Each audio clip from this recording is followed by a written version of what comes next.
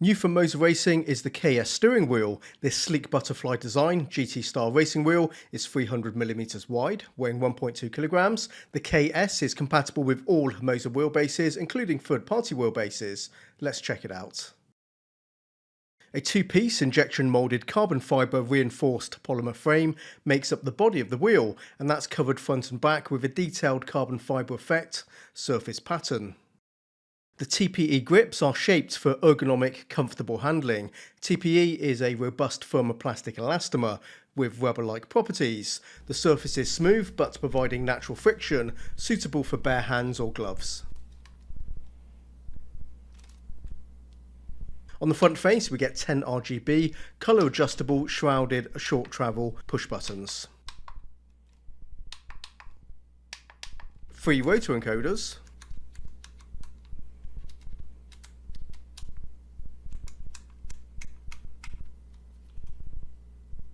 2 thumb encoders, and 2 joysticks. These can also be pressed, adding additional button inputs.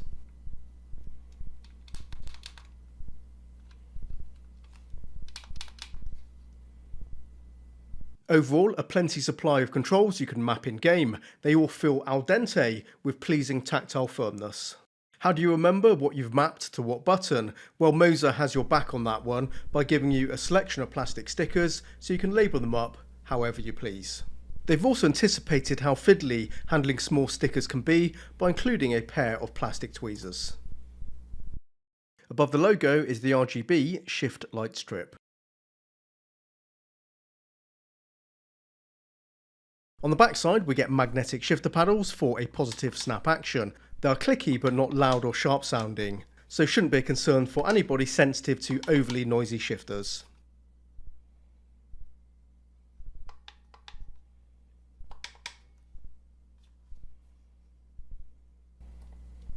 Below the shifters are dual analog clutch paddles. I'll show you how to configure these later when we take a look at the software.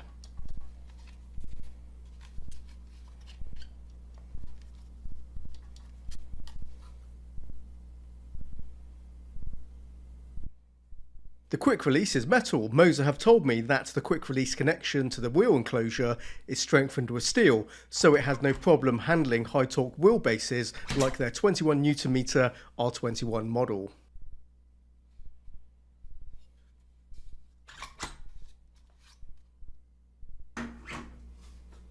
And I can confirm there's absolutely no flex or creaking coming from the wheel. It's completely stiff.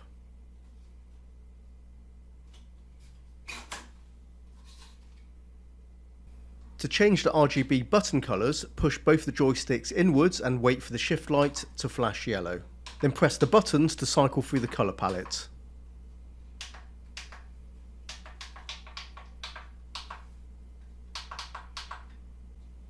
Finally, use the joysticks again to lock in your selection. There are actually 9 RGB colours, but my camera wasn't able to capture this. The final feature I need to show you is this small socket. In conjunction with the MOZA Universal Hub, the KS wheel, via this socket can be converted into a standalone USB wheel, enabling it to be used on other wheelbase brands. The Universal Hub also includes the base side adapter needed to attach the wheel to the wheelbase.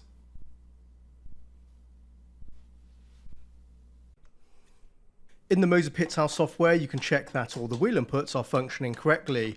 The chances are there will also be a firmware update waiting to be installed in the MOZA software the first time you run your KS wheel.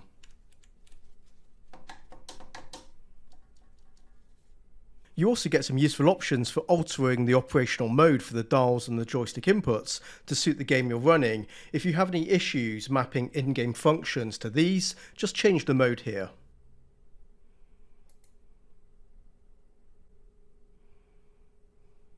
Down the bottom of the panel here, you can change the colours of the shift light strip and the overall brightness of the wheel lights.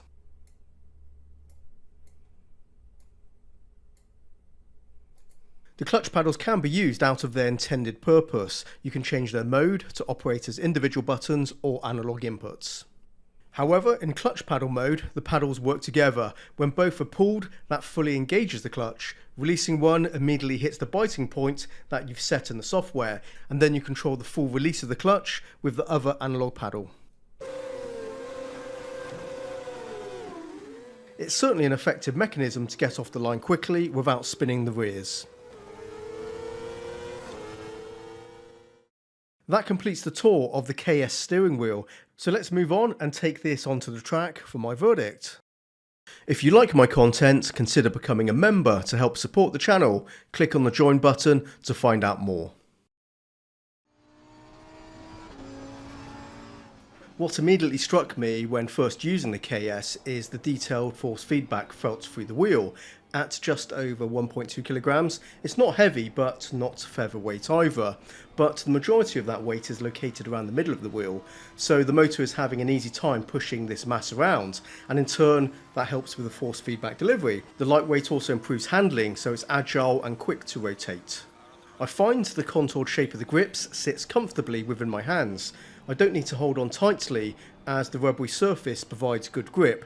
This reduces fatigue. Everything feels robust and tight and within reach. The size and arrangement of the paddles is spot on. I never accidentally caught my fingers on the wrong paddle, which can be a potential hazard when they're close together like this. The shifters naturally sit in line with the index and middle fingers. Below that, the clutch paddles are easy to reach with the ring and little fingers. The shallow profile offers an unobstructed view of my monitor, and I find this especially useful for the MOZA CM Dash mounted to my wheelbase. I haven't got around to labelling the buttons yet, but at the very least, being able to identify the different inputs by colour coding is another available option I can make use of. The KS is a GT style wheel in line with the 300mm width. F1 wheels are slightly more narrow at around 280mm. Personally, I do like using the KS for Formula Racing too. I find the size is just fine for this purpose, and it looks the part and features the same physical properties of a Formula style wheel, though maybe a little bit wider, but you don't really notice it. At least I don't notice it. The build quality is good and it feels solid. The fit and finish of all the components are to a high standard, and it's fairly priced, an aspect I've come to expect now having used and reviewed different MOZA products over the past year.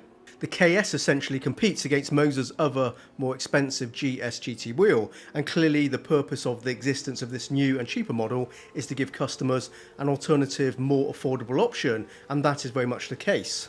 Outside of the obvious material and design differences, the GS features a couple more dials. It's also over 300 grams heavier than the KS. So besides that more attractive price point, in addition, the lighter profile of the KS in a practical sense is better suited for the MOZA R9 and R5 owners out there. Being a lighter steering wheel makes it better for those wheelbases. The wheelbase I'm running here is the MOZA R12. It can output plenty of robust effects, and the KS is coping just fine, and there's no reason for me to believe that it can't handle MOZA's higher torque wheelbases either. Incidentally, if you want to check out my full GS steering wheel review, there's a link in the description. MOZA have done a cracking job with the KS steering wheel, there's no doubt about that. I like it a lot, and I'm sure it'll be a popular seller for them. What do you think? Please drop your comments below the video and share your thoughts. And that's it for this review of the MOZA Racing KS steering wheel. Hope you enjoyed this one. Thanks for watching. See you next time. And until then, happy simming and bye bye.